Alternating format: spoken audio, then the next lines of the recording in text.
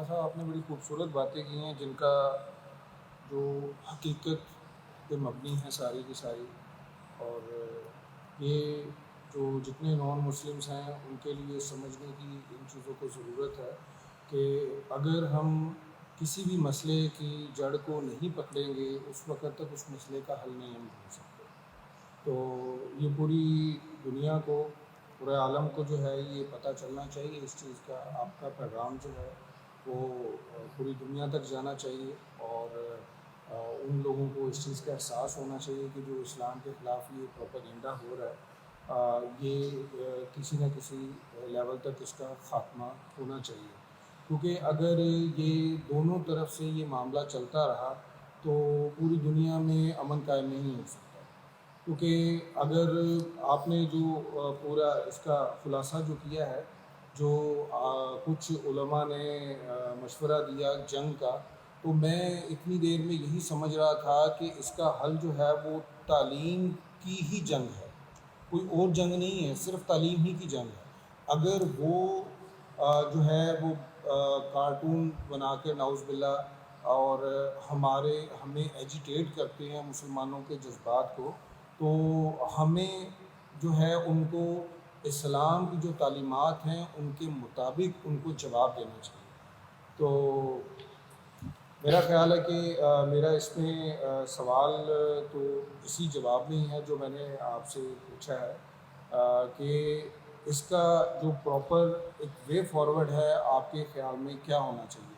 جو ہمیں سمجھ لگا وہ آپ تک پہنچایا ہے۔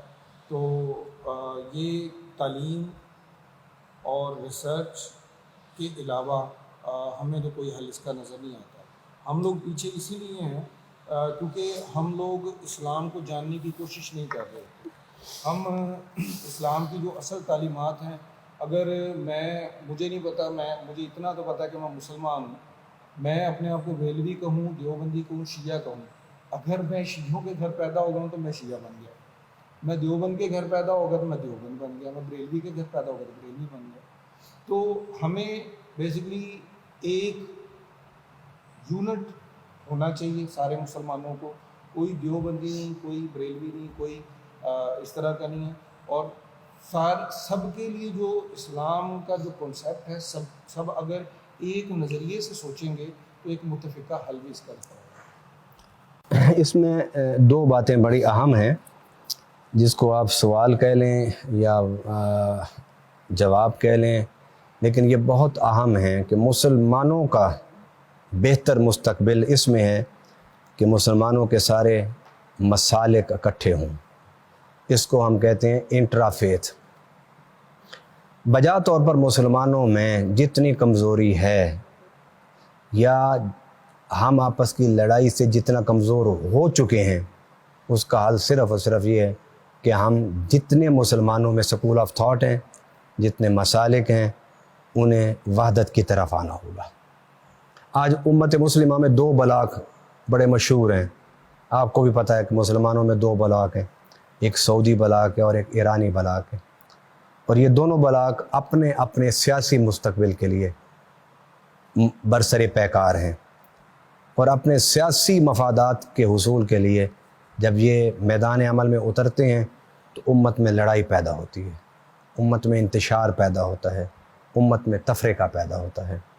تو امت مسلمہ کا مفاد اس میں ہے بہتری کہ ہم سارے مسلک اعلیٰ مفادات کے لیے، اسلام کے مفادات کے لیے اکٹھے ہوں اور اپنے گروہی، نجی اور مسلکی مفادات کو دوسرے نمبر پر لے جائیں۔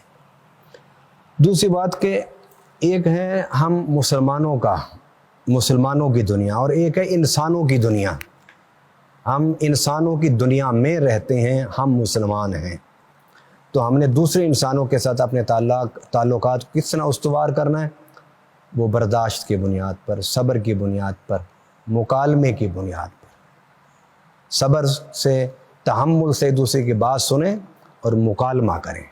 مکالمہ کیا ہوتا ہے کہ آپ اپنی بات دلیل سے کریں، میں سن لوں، میں اپنی بات دلیل سے کرتا ہوں، آپ سنیں، اور یہ مکالمہ اس وقت تک جاری رہنا چاہیے جب تک ہم ایک دوسرے کے موقف کو سمجھ نہ جائیں۔ آج حال صرف مکالمہ ہے، اگر ہم مکالمہ سے تشدد کی طرف آئیں گے تو اس میں نہ مسلمانوں کی بھلائی ہے نہ انسانیت کی بھلائی ہے۔ ہم مسلم سوسائٹی ہیں لیکن ہمارے اوپر ایک سوسائٹی ہے ہیومن سوسائٹی جس کا ہم حصہ ہیں۔ ہم نے مسلم سوسائٹی کے لیے بھی کام کرنا ہے اور ہم نے ہیومن سوسائٹی کے لیے بھی کام کرنا ہے۔